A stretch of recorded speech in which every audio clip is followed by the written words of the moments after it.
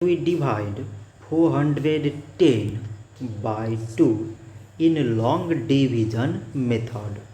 So 2 times 2 means 4.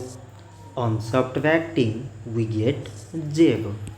So now we put down the number beside this 1 and we remove this 0. So 2 times 0 means 0. On subtracting we get 1. So now again we put down the number beside this 0. So now it is 10 and 2 times 5 means 10. On subtracting it is 0. So 410 divided by 2 is 205. So this much for today and thanks for watching.